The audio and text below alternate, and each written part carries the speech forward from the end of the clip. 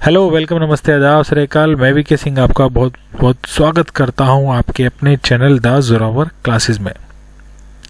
तो बच्चे लोग जिन्होंने अभी तक हमारी डेमो क्लासेस नहीं देखी हैं, चाहे वो आपका इंग्लिश हो, चाहे वो आपकी हिंदी हो, चाहे वो आपकी मैथ्स हो, चाहे वो आपका ईवीएस हो, ठीक है, चाहे वो साइंस हो, ठीक है ना, तो इन क्लासेस को आप देख सकते हैं। जाइए और प्ले स्टोर पे जाके एप्लीकेशन को डाउनलोड कीजिए और जो आईफोन यूज़र हैं वो इस नंबर पे आप मैसेज कर दीजिए, आपको एक लिंक मिल जाएगा, आप वहाँ से जाके डाउनलोड कर सकते हैं। डाउनलोड करने के बाद दोनों ही, जब आप प्ले स्टोर में जाके एप्लीकेशन डाउनलोड कर लेंगे, उसके बाद अपनी डेमो क्लास देखना, बहुत अच्छे से देखिए, आराम से देखिए, बहुत मेहनत की है टीचरों ने, ठीक है। उसके बाद आप डिसीजन लीजिए whether you want to purchase, yes और नो, ठीक, ये आपका डिसीजन है, ठीक है ना। इसमें आपको कोई भी, आप फ्री हैं, जैसा आपको ठीक लगे वैसा करिए, ठीक है ना। वैकेंसी बहुत जल्दी आएंगी, ठीक है ना। दूसरे जो भ्रमित ना हो, दूसरों के व्यूज़ लेकर आप अपने आप की जो तैयारी उसको बरकरार रखिए और चैनल के साथ में जुड़े रहिए, ठीक है। लेते हैं पहला प्रश्न।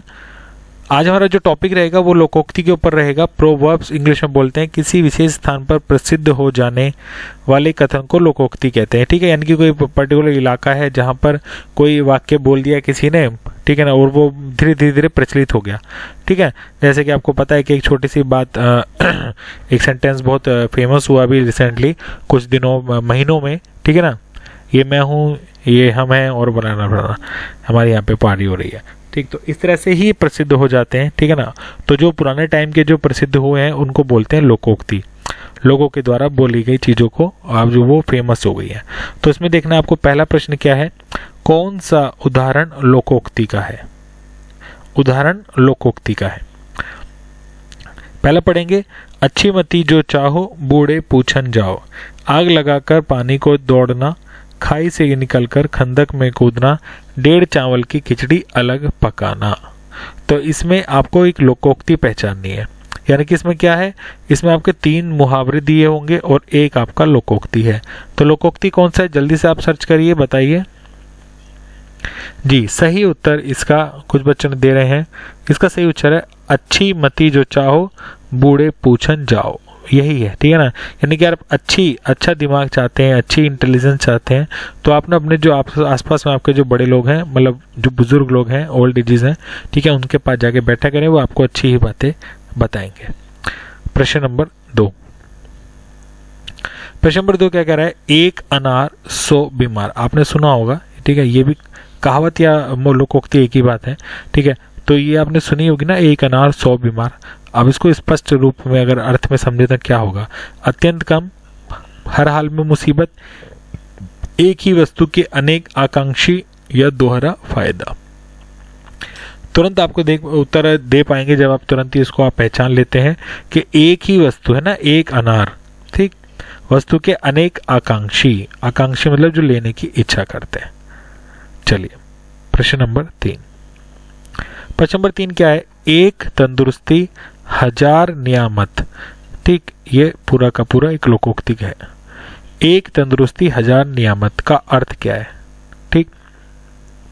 स्वास्थ्य ही सबसे बड़ा है, स्वास्थ्य ही सबसे बड़ा है, स्वास्थ्य ही सबसे बड़ा गुण है, स्वास्थ्य ही सबसे बड़ा धन है, स्वास्थ्य ही सर्वोच्च है जी।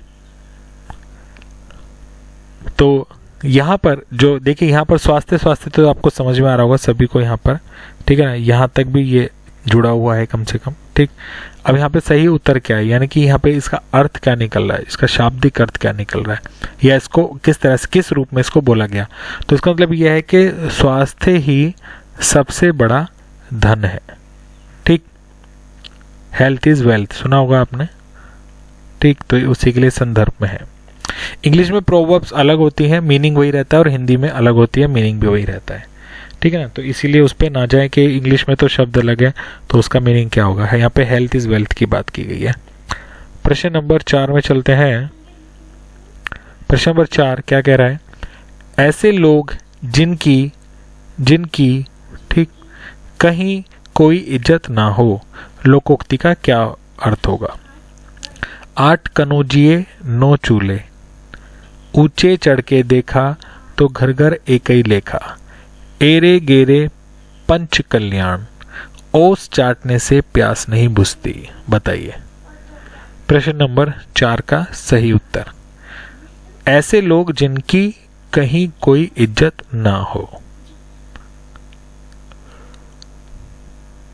जी, इसका सही उत्तर हो जाएगा, सीधे सीधे अगर शब्दों में कहें तो, ऐरे गहरे, ठीक, पंच कल्याण। ठीक, इसका उत्तर सही हो जाएगा। आगे बढ़ते हैं, प्रश्न नंबर 5 में चलते हैं। आंखों के अंधे नाम नयन सुख। ठीक है, यानी कि ये तो आपने भी देखा होगा कि जो अपने कई लोग तो जिनके नाम होते हैं उनको सार्थक कर पाते हैं और कई लोग नहीं कर पाते हैं। जो आपका अपना स्वयं का नाम है ना, आप देखिए जरा अपने बारे में, पर्सनैलिटी के बारे में देखिए कि क्या आपका जो नाम है उसको सार्थक कर पाते हैं आप। तो इसीलिए यहाँ पर ये लोकोक्ति बनी हुई है कि आंखों के अंधे नाम नयन सुख। ठीक, तो इसका अर्थ क्या हो जाएगा, सिंपल सा अगर आप देखेंगे, स्वयं मुसीबत मोल लेना, किसी तरह की जिम्मेवारी का ना होना, दोनों तरफ विपत्ति या परेशानी होना, गुण के विरुद्ध नाम होना। ठीक, अब देखें मैं जैसे आपको पहले बताया था, गुण के विरुद्ध नाम होना, यही इसका आंसर है। ठीक है जी,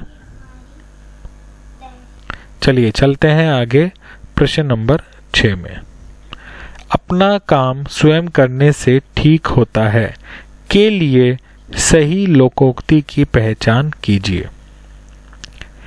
1 अकेला 2 11, एक तो करेला दूजे नीम चढ़ा, आई तो रोजी नहीं तो रोजा, आप काज महाकाज।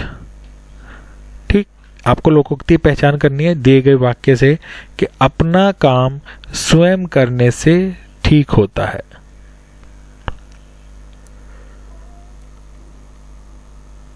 किसी के दूसरे पे नहीं। ठीक है, यानी कि यहां पर बात है कि अपना काम खुद से करें, सेल्फ डिपेंडेंट बने, आत्मनिर्भर। आत्मनिर्भर भारत की जो कल्पना तत्कालीन वर्तमान सरकार ने बनाई है, उसी की बात यहां पे की गई है। तो यहां पर क्या मतलब है, आप काज महाकाज। ठीक, आपने जो करा है बस वही ठीक है, आप दूसरे से कराएंगे तो वो उसकी आप श्योरिटी दे सकते हैं कि क्या वो आपके हिसाब से किया है या नहीं किया है। चलिए अगला बढ़ते हैं, प्रश्न नंबर 7। प्रश्न नंबर 7, मुर्दे पर जैसे 100 मन मिट्टी वैसे 125 मन मिट्टी। जी, इसका अर्थ क्या होगा, अर्थ क्या होगा, फायदे के थोड़ी और हानि भी सह ली जाती है। फायदे के लिए थोड़ी और हानि सह ली जाती है। बड़ी हानि हो तो उसी के साथ थोड़ी और हानि भी सह ली जाती है। व्यापार में लाभ हानि, उपरोक्त में से कोई नहीं। जी, तो मुर्दे पर जैसे 100 मन मिट्टी वैसे 125 मन मिट्टी, है ना। तो यानी कि इसको देखेंगे कि अब जो कोई मुर्दा ही हो गया, चाहे उस पर 100 मन मिट्टी लगाओ, चाहे उस पर 125 लगाओ, 150 लगाओ, तो ठीक है। अब देखिए यहाँ पे क्या है, तो यहाँ पर जो है वो बड़ी हानि, ठीक, तो उसी के साथ में थोड़ी हानि भी सह ली जाती है। समझ गए, ये इसका सही लोकोक्ति है, या इसका सही अर्थ है, सॉरी, लोकोक्ति ये है, माफ कीजिएगा। प्रश्न नंबर 8, प्रश्न नंबर 8 क्या बता रहा है, वह दिन गए जब खलील खां क्या उड़ाते थे, खाली स्थान भरो। कबूतर, पतंग, फाख्ता, चिड़िया। फाख्ता में आएगी बिंदी नुक्ता। जी, तो यहां पर जो लोकोक्ति की बात करें तो यहां पर आंसर वैसे आपके 2 हैं, ठीक, ये दोनों ही आंसर, बट इस यहां पर जो शब्द आएगा वो क्या आएगा, फाख्ता। कबूतर नहीं है, क्योंकि कबूतर है ही नहीं। तो लोकोक्ति में जो शब्द दिए हुए होते हैं उनको एज इट इज लिखते हैं, ठीक है। कहावत, मुहावरे, ठीक है ना। और ये आपके जितने भी जो श्लोक होते हैं उनमें आप बदलाव नहीं कर सकते अपने सुविधा के अनुसार। चलिए, सूरा सो पूरा, सूरा सो पूरा का क्या अर्थ होगा? दुर्बल लोग साहसिक कार्य नहीं कर सकते हैं। बुद्धिमान लोग सब कुछ कर सकते हैं। दुर्बल लोग भी साहसिक कार्य कर सकते हैं। साहसी लोग सब कुछ कर सकते हैं। देखिए, जो सूरा शब्द है, ठीक है ना, वो सूरा का शब्द होता है कि कोई चीज, जो कोई व्यक्ति पावरफुल है। तो पावरफुल यहाँ पर कई तरह से हो सकता है कि पावरफुल कैसे हो सकता है? दिमाग से भी पावरफुल हो सकता है और फिजिकल स्ट्रेंथ यानी कि शारीरिक रूप से भी हो सकता है। तो यहाँ पे जो बात की गई है, यदि आप देखें यहाँ पर, तो यहाँ पर है बात साहसी लोग, ठीक, साहसी लोग जो कि नहीं डरते, हर काम में अपने को आगे करके दिखाने की कोशिश करते हैं और काम को भी करते हैं। तो इसलिए साहसी लोग सब कुछ कर सकते हैं, इसलिए बोला गया सूरा सो पूरा। होता ना कैसे, अरे ठीक है ये तो कर लेगा, है ना, वन मैन आर्मी, इसको काम दे दिया हमने तो ये कर लेंगे। हाथी के पांव में सबका पांव का क्या अर्थ होगा? गुणी व्यक्ति का मूल्य गुणवान व्यक्ति ही समझता है। बड़ों के साथ बहुतों का गुजारा हो जाता है। बिना खर्च किए अधिक धन कमा लेना या कोई नहीं। तो देखिए, पहले आप इसको समझिए कि क्या कह रहा है, हाथी के पांव में सबका पांव। अब आपको पता है कि जो इन जानवरों में सबसे बड़ी जो प्रजाति है, ठीक है, जो धरती पे रहती है, ठीक है ना, लैंड पे रहती है, लैंड एनिमल की बात कर रहा हूँ, वो आपका हाथी ही है, ठीक। तो कह रहा है हाथी के पांव में सबका पांव, यानी कि इससे बड़ी तो कोई चीज नहीं है ना। तो ये बना दिया उन्होंने एक लोकोक्ति, पर इसका अर्थ क्या निकला? इसका अर्थ निकला कि जो बड़ों के साथ बहुतों का गुजारा हो जाता है, ठीक, बड़ों के साथ बहुतों का गुजारा। बड़ों का यहाँ पे मतलब है जो पैसे वाले हों, जो पावरफुल हों, ठीक है ना, जो शक्तिशाली हों, तो यहाँ पे बड़े उनको बोला गया है। तो बड़ों के साथ में जो बहुत होते हैं, बहुत अलग अलग तरह के लोग होते हैं जो साथ में काम करते हैं, उनका गुजारा भी हो जाता है। ये बात, इतनी सी बात यहाँ पे समझाई गई है। तो चलिए अब जल्दी से बताइए आपका स्कोर क्या रहा आज का, ठीक है जी। और बहुत अच्छा लगा। कुछ बच्चे हमको मिले थे, इंटरव्यू हमारे विद्यालय में इंटरव्यू हुए थे, ठीक है, कॉन्टैक्ट पोस्ट को लेके, तो उन्होंने पहचान लिया, मास्क में पहचान लिया, ठीक है। जनरली मैं एक दो बार ही आया हूँगा, ठीक है, बट उन्होंने फिर बच्चों ने पहचान लिया।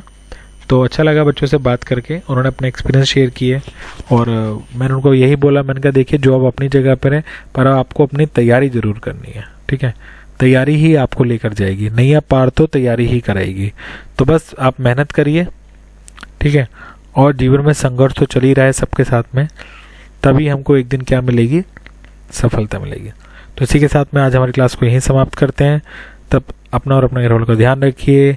जय हिंद, जय भारत, जय हिंदी।